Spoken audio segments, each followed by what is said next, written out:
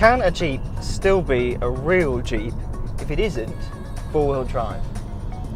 This is the Jeep Compass, and for the last week or so, driving this around, that has been pretty much all I can think about. Now make sure you subscribe, make sure you accept notifications, so when we upload a new video, you will get a notification.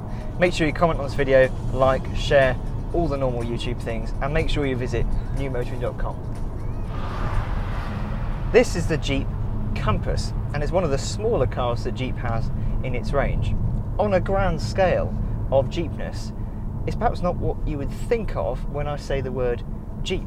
For me, when I say the word Jeep, I think back to the Willys Jeep that was used in World War II. That, for me, that four-wheel drive, ruggedness, toughness, almost air of invincibility, is what I think of when I think of Jeep.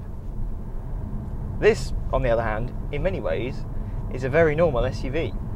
The Compass was designed by the same man who designed the last Dodge Viper, and I know this because I sat next to him at dinner when this car was launched, and rather than talking about the Compass or looking at the clay model that they had there, I spent most of the evening talking to him about the Dodge Viper.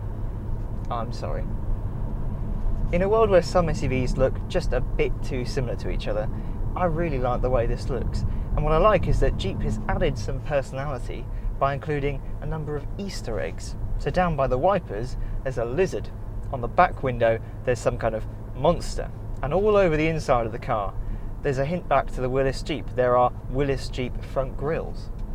Inside, it's okay. It's comfortable, it's quiet at speed, there isn't that much wind or tyre noise. And generally, the nav system in here is one of the easiest, one of the most intuitive to use, I think. But I will question the interior quality. The indicator stalks, for example, feel so cheap. And while this car has done 8,791 miles, and all of those would have been done with journalists at the wheel, the plastic, the surround here behind the steering wheel is so wobbly it looks like it's going to come off, and actually the plastic behind the rearview mirror has already kind of half come off.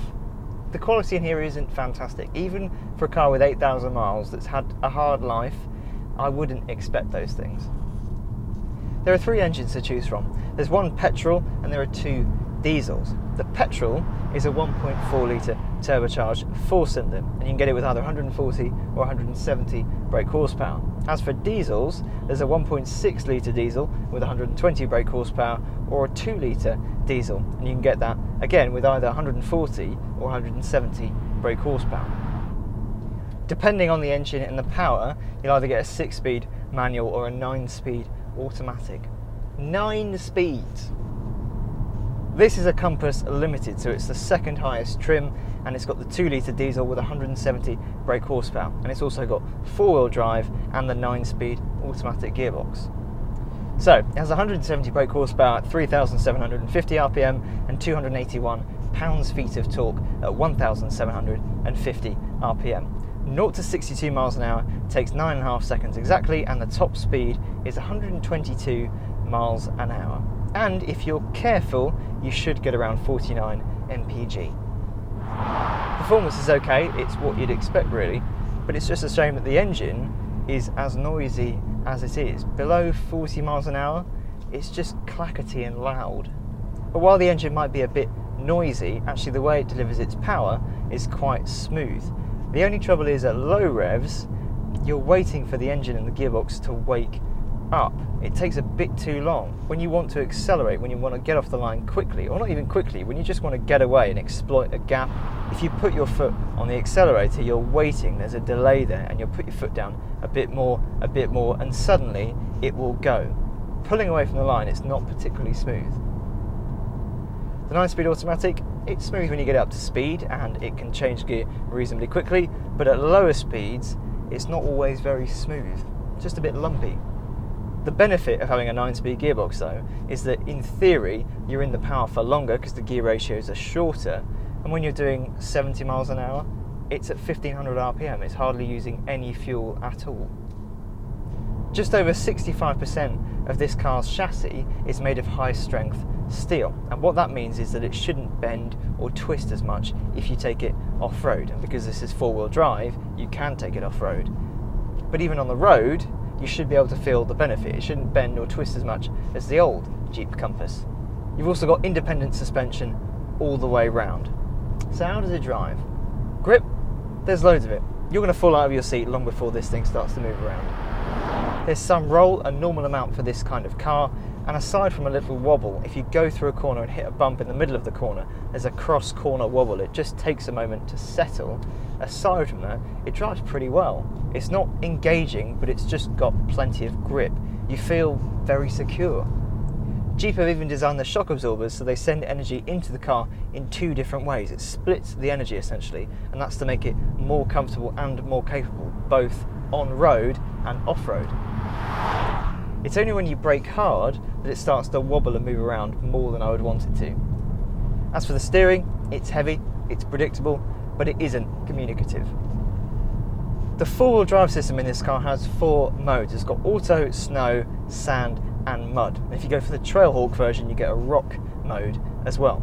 And you've also got a normal drive mode and a low drive mode, which allows you to send 100% of the power to just one wheel.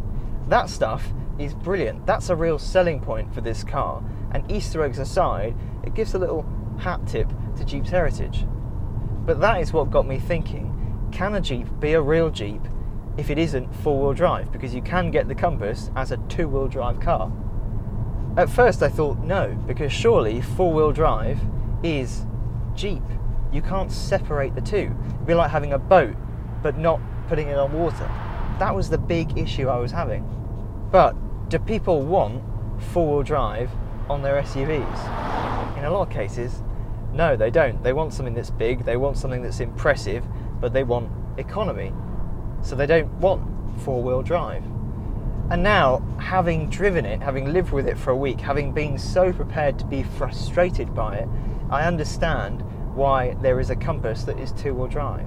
If you want an SUV, a 2-wheel drive SUV, the Compass, as it stands as a 2-wheel drive car, is not the car for you. There are more competent, there are better quality 2-wheel drive SUVs out there. But if you want that Jeep image, if you want a taste of that heritage, you can have it with or without the off-road tech.